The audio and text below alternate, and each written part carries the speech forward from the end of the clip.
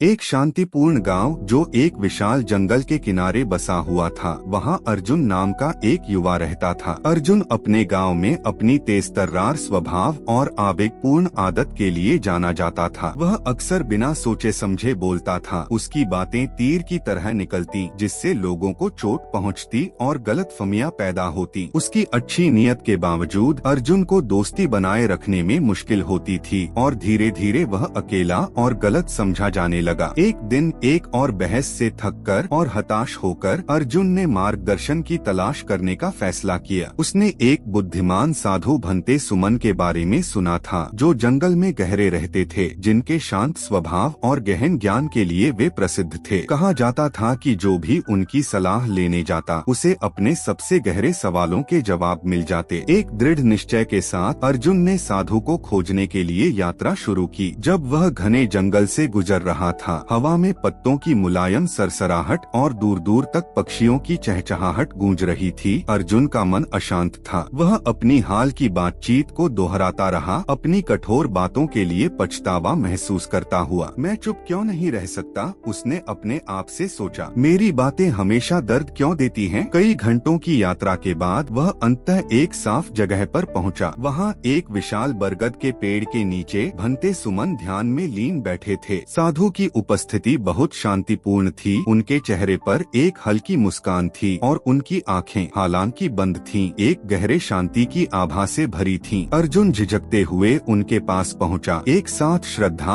और चिंता का मिश्रण महसूस करते हुए। साधु ने धीरे धीरे अपनी आंखें खोली और अर्जुन की ओर देखा, एक ऐसी गहरी दृष्टि से जैसे वे उसकी आत्मा के भीतर तक देख रहे हों। तुम्हें यहाँ क्या लाया है? युवक भंते सुमन ने नरम स्वर में पूछा। अर्जुन अपनी भावनाओं के बोझ को महसूस करते हुए तेजी से बोलने लगा। उसने अपनी समस्याएं, अपना गुस्सा, अपनी आवेगपूर्ण बातें और वह अकेलापन बताया जो उसकी तरह, उसकी परछाई की तरह उसका पीछा कर रहा था। साधु ने धैर्यपूर्वक सुना, कभी भी बीच में नहीं टोका, बस सिर हिलाते हुए अर्जुन की बातें सुनते रहे। जब अर्जुन ने अपनी बात समाप्त की तो वहाँ एक लंबा मौन छा गया। भंते सुमन ने अपनी आंखें फिर से बंद कर ली, जैसे कि वे जो कुछ कहा गया था उस पर विचार कर रहे हों। अंततः उन्होंने कहा, क्या तुम देख रहे हो उस धारा को जो वहाँ जंगल के बीच से चुपचाप बह रही है? अर्जुन ने सिर हिलाया, यह सोचते हुए कि यह कहा जा रहा है। आओ, साधु ने कहा बड़ी कृपा से उठते हुए, आओ हम उस धारा के पास बैठते हैं। वे धारा के किनारे गए और उसके किनारे बैठ गए। पानी धीरे धीरे बह रहा था, चट्टानों से टकराते हुए एक मुलायम शांत ध्वनि पैदा कर रहा था। भंते सुमन कुछ समय के लिए मौन बैठे रहे और अर्जुन बेचैन होने लगा, यह सोचते हुए कि साधु कब कुछ गहरा कहेंगे। एक लंबे विराम के बाद साधु अंततः बोले, मुझे बताओ अर्जुन, क्या तुम पानी की ध्वनि सुनते हो? हाँ भंते, अर्जुन ने भ्रमित होकर उत्तर दिया। पानी चुपचाप बहता है, बिना जोर के, बिना जल्दबाजी के। यह कोमल है, फिर भी समय के साथ इसमें चट्टानों को आकार देने, घाटियों को तराशने और अपनी खुद की राह बनाने की शक्ति होती है। ऐसी ही चुप रहने की ताकत होती है। युवक, चुप रहना कमजोरी नहीं है, यह अनुपस्थिति नहीं है, यह उपस्थिति है, गहरी और स्थायी उपस्थिति। अर्जुन ने ध्यान से साधु की बातों को सुनते हुए समझने की कोशिश की। भंते सुमन ने आगे कहा, जब तुम गुस्से में या जल्दीबाजी में बोलते हो तो तुम्हारी बातें धारा में फेंके गए पत्थरों की तरह होती हैं, जो पानी की शांति को भंग करती हैं। लेकिन यदि तुम चुप रहना सीखो, गहराई से सुनने से पहले बोलो, तो तुम्हारी बातें पानी की तरह बहेंगी, कोमलता से, दूसरों को आकार देने और प्रभावित करने के लिए बिना किसी नुकसान के। अर्जुन धीरे धीरे सिर हिलाने लगा, जैसे वह सबक को समझ रहा था। लेकिन भंते, उसने पूछा, मैं चुप रहना कैसे सीख सकता हूँ जब मेरे अंदर इतना कुछ महसूस होता है, जब मेरी भावनाएं इतनी प्रबल होती हैं? साधु मुस्कुराए, चुप रहना केवल शब्दों की अनुपस्थिति नहीं है अर्जुन, यह सावधानी पूर्वक मनन करने का अभ्यास है। खुद के साथ, अपनी सोच और अपनी भावनाओं के साथ पूरी तरह से उपस्थित होने का। यह समझना है कि हर बात कहनी जरूरी नहीं है, कि कुछ बातें तब तक अनकही छोड़ दी जाती हैं जब तक तुम्हारे भीतर स्पष्टता और शांति न आ जाए। चुप्पी तुम्हें वह स्थान देती है जहां तुम चीजों को वैसा ही देख सको जैसा वे हैं, जैसा कि तुम्हारी भावनाएं उन्हें प्रकट करती हैं। अर्जुन को लगा कि एक सच्चाई उस पर उतर रही है। उसने हमेशा यह सोचा था कि अपनी बात कहना ताकत की निशानी है, लेकिन अब वह समझ रहा था कि असली ताकत यह यह जानने में है कि कब बोलना है और कब चुप रहना है। साधु ने फिर सुझाव दिया, अर्जुन, मैं चाहता हूँ कि तुम यहाँ कुछ दिनों के लिए रुको। इस धारा, इन पेड़ों, इन पक्षियों और इस स्थान की चुप्पी को देखो। प्रतिदिन 1 घंटा मौन में बैठने का अभ्यास करो। बस सुनो और बिना किसी निर्णय या प्रतिक्रिया के निरीक्षण करो। जब तुम्हें लगे कि तुम तैयार हो तो मेरे पास वापस आओ और हम फिर बात करेंगे। अर्जुन ने सहमति जताई। नई दृष्टिकोण को आजमाने के लिए वह घबराया और उत्साहित दोनों था। पहला दिन सबसे कठिन था। जब वह धारा के पास बैठा, उसका मन विचारों, फैसलों और चिंताओं से घिरा हुआ था। उसे बोलने, कुछ करने, चुप्पी को भरने की इच्छा महसूस हुई, लेकिन उसने साधु की बातों को याद किया और संयम रखा। धीरे धीरे जैसे जैसे दिन बीतते गए, उसने अपने चारों ओर की सूक्ष्म ध्वनियां नोटिस करना शुरू किया। पत्तों के बीच से हवा की फुसफुसाहट, कीटों की धीमी गुनगुनाहट और एक पक्षी की दूर की पुकार। उसने एक ऐसी शांति महसूस की जो उसने पहले कभी अनुभव नहीं की थी। तीसरे दिन तक अर्जुन ने अपने भीतर एक गहरा बदलाव महसूस किया। उसने महसूस किया कि उसकी लगातार बातें करना उसके अपने विचारों और भावनाओं का सामना करने से बचने का एक तरीका था। मौन में उसे खुद के बारे में स्पष्टता